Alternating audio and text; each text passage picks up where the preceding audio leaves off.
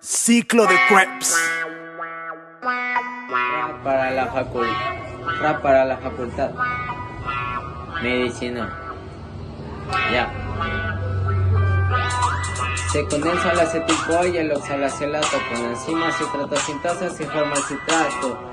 Y el citrato se deshidrata, formando el citraconetato con la enzima conectasa y pasa por la misma enzima conectasa y el citraconetato con el H2 se hidrata. Y al hidratarse me forma el isocitrato y una oxidación forma el oxalsucinato.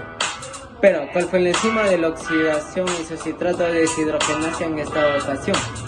Trata algún hecho en esta ocasión, los primeros ATPs en esta ocasión, el oxalsucinato se descarbogliza, reacción que se produce a través de la misma enzima y se convierte en alfa-cetoglutarato. No es complicado, apréndete el ciclo novato. El alfa-cetoglutarato en el succinil-CoA, porque se descarbogliza.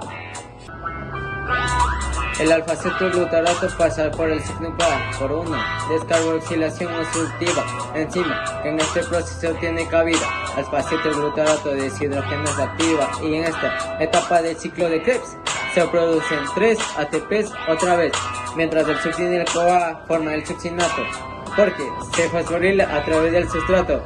Cuando el succinil-CoA entonces el succinil pasa por la enzima succinil-tioquinasa, se libera el ATP más en el proceso. Llégale, colega, que ciclo que tú sabes de eso. El succinato pasa por el fumarato para oxidación, produciendo 2 ATPs en liberación. El succinato de deshidrogenasa con su introducción en la enzima que aquí tuvo participación. El fumarato pasa al malato cuando se hidrata, realizando procesos con la enzima fumarata, y el malato se oxida. En este momento actúa el malato de deshidrogenasa. Entonces el malato vuelve al oxidato, liberando 3 ATPs en tan solo un rato. Luego sigue el proceso con un inicio al principio, luego y llega el oxalacetato de nuevo y se repite el ciclo. Se condensa el acetil-CoA y el oxalacetato con la enzima citratonitasa forma el fumarato. Para comprender cuántas moléculas de ATP, NADH y FADH2 se generan a partir de la glucólisis en el ciclo de Krebs y en la fosforilación oxidativa, es útil dividir este proceso de respiración celular en fases principales. Bueno, en la glucólisis esto ocurre en el citoplasma, y en este se generan 2 ATPs se generan 4 ATPs, pero se utilizan 2 ATPs en los primeros pasos. Por lo tanto, hay una ganancia neta de ATPs. Y también se generan lo que son 2 moléculas de NADH. Ya. También en la conservación del piruvato del acetil-CoA, que en este caso podemos decir que es el difosfogliceraldehído, antes de entrar al ciclo de Krebs, cada molécula de piruvato se convierte en una molécula de acetil-CoA. Bueno, este proceso que podemos encontrar se ocurre en el organelo de la mitocondria y se genera una molécula de NADH por piruvato, y dado que hay 2 piruvatos por cada glucosa, se generan en total 2 moléculas de NADH. Ya, en la conversión de piruvato de acetil-CoA también se genera, en esta etapa no se generan los ATPs y tampoco se generan lo que son las moléculas de FADH2 en esta etapa. Ya, también, empezamos en el ciclo de Krebs, que en este caso el ciclo de Krebs ocurre en la matriz mitocondrial, y cada molécula de acetil-CoA se oxida para producir CO2 y transferir energía a lo que es NADH y al FADH2. Por cada acetil-CoA que ocurre aquí se genera una molécula de GTP, que se puede considerar en este caso equivalente a un ATP.